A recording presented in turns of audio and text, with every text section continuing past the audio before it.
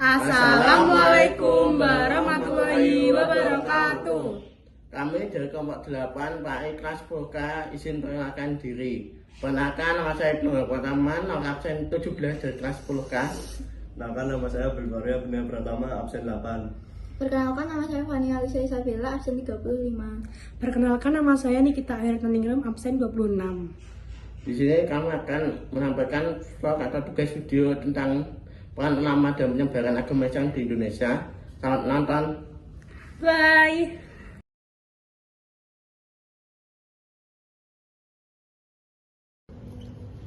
Sebelum Raja Prawi Songo, Islam sudah masuk ke Nusantara sekitar abad 7 Masehi melalui para pedagang Arab dan Persia lewat jalur perdagangan.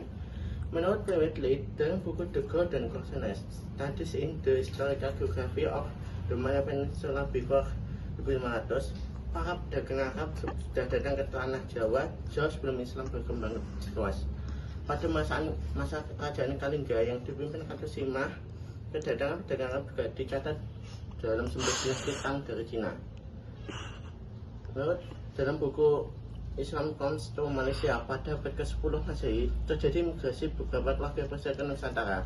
Keluarga tersebut antara lain: 1. Keluarga Lor datang pada masa Raja Nasruddin bin Bahadur di wilayah Lor Persia tahun 912 Masehi. Mereka tinggal di Jawa dan mendirikan perkampungan bernama Loran atau Leran. Yang kedua, keluarga Jawani datang pada masa Jawani Al-Kurdi tahun 913 Masehi dan menetap di Pasai, Sumatera Utara.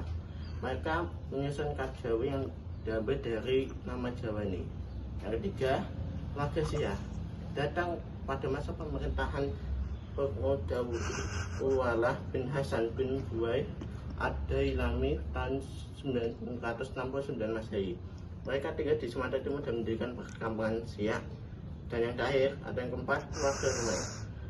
Berasal dari Wak Sabankara dan menetap di wilayah utara Kota Timur Sumatera. Orang Arab menyebut Sumatera dengan nama Al-Fumi, Namuri, atau Namuri. Meskipun Arab dan keluarga Persia sudah datang sejak abad 7, Islam belum merasa pernah masyarakat Nusantara. Penebalan Islam mengalami hambatan hingga pada abad ke-15. Setelah itu, dakwah Islam berkembang oleh para tokoh sufi yang dikenal sebagai Wali Songo, sehingga Islam diterima dan berakulturasi dengan budaya Nusantara.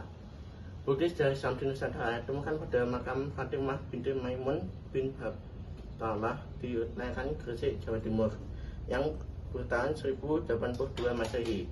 Makam tersebut dianggap sebagai salah satu bukti tertua keberadaan Islam di Nusantara dan berkaitan dengan migrasi suku Laos dari Persia. Di sekarang makam Fatimah binti Maimun juga temukan makam lain dengan corak nisan mirip sampah yang berisi doa-doa kepada Allah SWT. Fatimah berpendapat bahwa makam-makam tersebut kemungkinan dibuat oleh penganut Syiah dari Persia yang datang ke Nusantara dan menetap di wilayah Timur Jauh. Selain itu, menurut cerita masyarakat, Syekh Maulana Malik Ibrahim datang ke desa Leran pada awal abad ke-15 untuk berdoa dan mendirikan masjid. Setelah bentuk komunitas masjid, beliau pindah ke desa Sawu, Gresik. Thomas S. Raffles dalam The History of Java menyebut Maulana Malik Ibrahim sebagai ulama keturunan Arab dan sepupu Raja Jerman. Maka Maulana Malik Ibrahim di Leran diperkirakan berhubungan dengan komunitas Muslim awal yang berkembang di wilayah tersebut.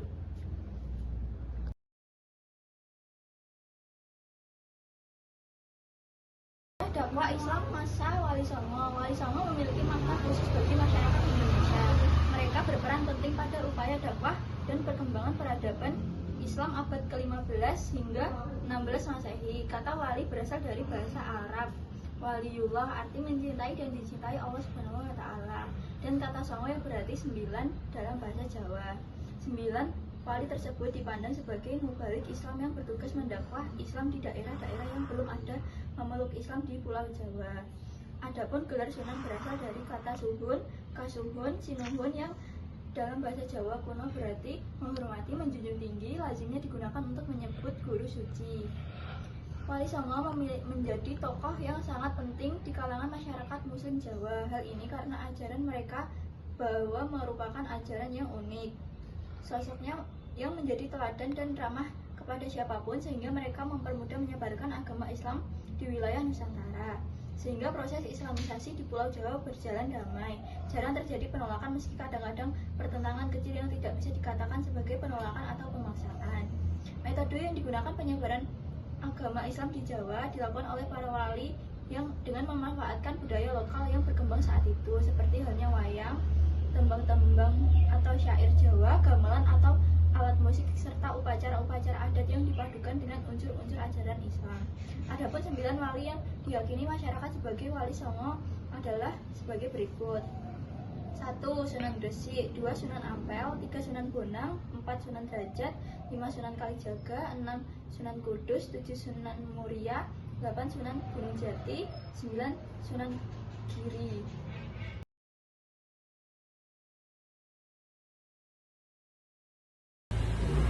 Metode dakwah Wali Songo. Adapun beberapa media dan metode Wali Songo dalam berdakwah tentu tidak semuanya relevan dengan konteks perjuangan dan dakwah Islam pada masa kontemporer.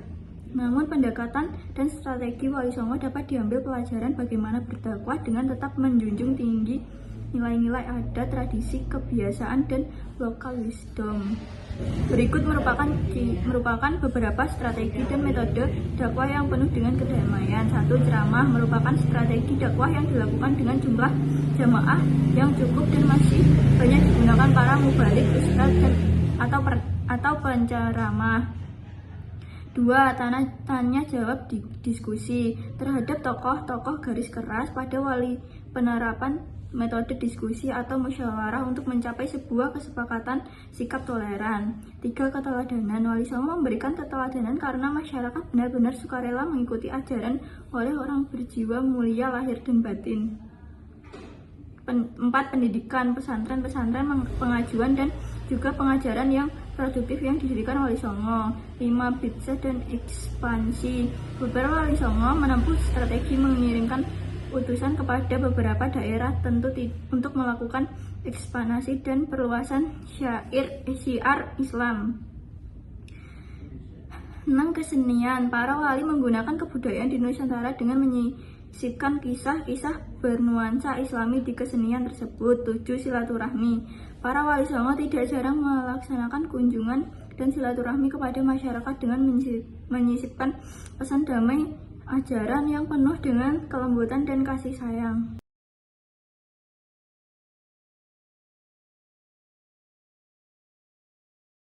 Nah, Sunan Muria termasuk salah satu wali Songo yang dilahirkan pada abad ke-15 Masehi dan wafat pada awal abad ke-16 Masehi. Lalu dimakamkan di Gunung Muria, Kudus, Jawa Tengah. Nama aslinya adalah Raden Umar Said atau Raden Prawoto. Ia merupakan putra dari Sunan Kalijogo dan Dewi Sarah binti Maulana Isa. Ia menikah dengan Dewi Sujina yang merupakan putra Sunan Gudung dan menjadi adik ipar dari Sunan Kudus. Wilayah dakwah dan penyebaran Islam yang dilakukan oleh Sunan Muria adalah di pantai utara Jepara, tepatnya di sekitar wilayah Tayu, Pati, Juwana, Kudus, dan lereng-lereng Gunung Muria. Sunan Muria melakukan strategi dakwah seperti yang dilakukan oleh Sunan-Sunan sebelumnya, yaitu menggunakan keahliannya dalam bidang seni untuk berdakwah. Bahkan dikenal dengan wali yang mahir dan memainkan alat kesenian sekaligus ia pergunakan untuk media-media dakwahnya di desa-desa terpencil, bahkan pelosok desa yang jauh dari pusat kota. Selain di wilayah pelosok, Sunan Muria juga mengajarkan Islam kepada para pedagang, nelayan, pelaut, dan rakyat jelata. Dikenal sebagai wali yang kuat karena tempat tinggalnya berada di puncak gunung. Sunan Muria memiliki kontribusi yang sangat besar dalam penyebaran Islam di tanah Jawa. Nah, metode dakwahnya pun tidak jauh berbeda dengan Sunan Kalijaga, yaitu tetap mempertahankan kesenian gamelan dan wayang kulit sebagai sarana dakwah. Ia berdakwah kepada rakyat kalangan bawah di daerah Coro, namun tetap bertempat tinggal di Gunung Muria seraya bergaul dan mengajarkan ilmu bercocok tanam, berdagang, dan melaut. Sunan Muria juga menciptakan tembang sinom dan kinadi sebagai media dakwah, yaitu dengan syair pada tembang-tembang tersebut yang mengajak masyarakat untuk mengamalkan ajaran Islam dalam kehidupan sehari-hari. Salah satu keberhasilan dakwah Sunan Muria sebagaimana para wali lainnya adalah kemampuannya memahami kondisi sosial masyarakat. Tradisi lama yang sebelumnya bercorak Hindu-Buddha yang disesuaikan dengan ajaran Islam, kemudian tetap dilestarikan dengan menjadi kekayaan budaya Nusantara dan kearifan lokal di Indonesia hingga saat ini, sehingga tidak terjabut dan punah begitu saja. Berikut catatan sejarah tentang alasan Sunan Muria lebih senang berdakwah kepada masyarakat lapisan bawah karena mengikuti jejak ayahandanya, yaitu Sunan Kalijogo. Dalam hal ini, para sejarawan menggolongkan pola dakwah Wali Songo menjadi dua tipe, yaitu tipe pertama adalah golongan abangan, disebut juga aliran riban atau aluran. Dalam berdakwah, para wali yang termasuk dalam golongan ini menggunakan cara-cara yang moderat, lunak, dan menggunakan media kesenian dan kebudayaan serta tradisi yang sudah ada di masyarakat dan menyisipkannya, menyesuaikan hingga nilai-nilai dan ajaran Islamnya telah sesuai. Golongan ini lebih suka melakukan dakwahnya kepada rakyat-rakyat jelata. Yang kedua ada golongan putihan, disebut dengan aliran santri. Mereka berdakwah dengan menggunakan metode yang bersumber dari Al-Quran dan Sunnah, yaitu pedoman umat Islam pada umumnya, serta lebih suka berdakwah kepada golongan ningrat dan bangsawan.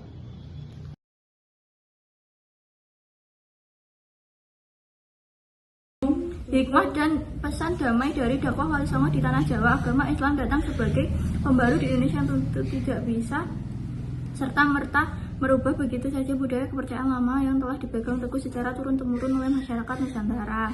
Para Wali Songo menyisipkan nilai-nilai Islam sedikit demi sedikit melalui pendekatan budaya yang sudah berkembang di masyarakat sehingga terjadi akulturasi dan asimilasi budaya. Metode yang dilakukan benar-benar merangkul dan merengkuh semua lapisan masyarakat, tidak ada yang menggunakan cara kekerasan dalam berdakwah sehingga adaptasi, asimilasi, dan akulturasi budaya tersebut dapat berjalan dengan harmonis. Dari hal tersebut, melalui kalangan pelajar dan remaja hendaklah kembali digaungkan semangat berdakwah dengan tetap mengedepankan nilai-nilai kelembutan, keramahan, penuh dengan norma dan sopan santun, serta menghindari tindakan kekerasan. Dakwah adalah untuk mengajak, bukan mengejek. Dakwah adalah untuk mengajar, bukan untuk menghajar. Dakwah dilakukan untuk membina, bukan untuk menghina. Dakwah dilakukan untuk mencintai, bukan untuk mencaci. Dan dakwah dilakukan untuk menasihati, bukan untuk menusuk ke hati golongan yang lain. Sekian video dari kelompok kami, semoga bermanfaat untuk kalian dan mohon maaf jika ada salah kata. Terima kasih. Wassalamualaikum warahmatullahi wabarakatuh. Yeah, Bobby Valentino.